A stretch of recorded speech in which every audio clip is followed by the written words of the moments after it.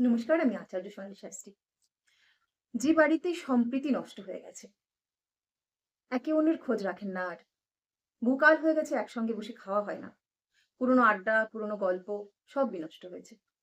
একাকিত্বে ভুগছেন বা বাড়ির যে কোনো মানুষ একাকিত্বে ভোগে, তাদের জন্য খুব ভালো একটা উপায় হচ্ছে বাড়ির পূর্ব দিকে খাবার জায়গা বা খাদ্য গ্রহণ করার জায়গা নির্মাণ করা।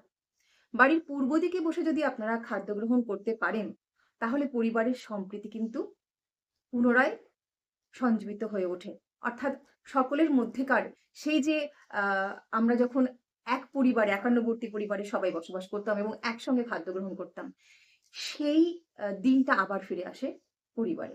তো যাদের মধ্যে যে পরিবারের মধ্যে এইরকম সম্প্রীতি নষ্ট হয়ে গেছে, তারা কিন্তু বাড়ির পূর্ব দিকে খাবারের জায়গা নির্মাণ করতে পারেন বা এইখানে বসে খাদ্য গ্রহণ করতে পারেন বা খাদ্যদ্রব্য এখানে রাখতে পারেন।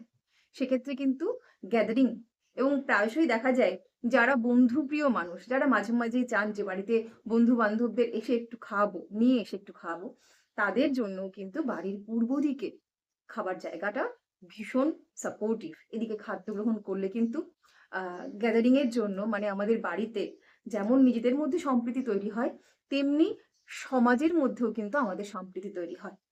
তো যেই এই ধরনের সমস্যায় যে পরিবারগুলো ভুগছেন, সম্প্রীতি নষ্ট হয়ে গেছে, তারা কিন্তু পূর্ব দিকে রান্নার রান্নার তথা খাদ্য গ্রহণের জায়গা নির্মাণ করতেই পারেন। ভালো থাকুন, সুখে থাকুন, আনন্দে থাকুন। নমস্কার।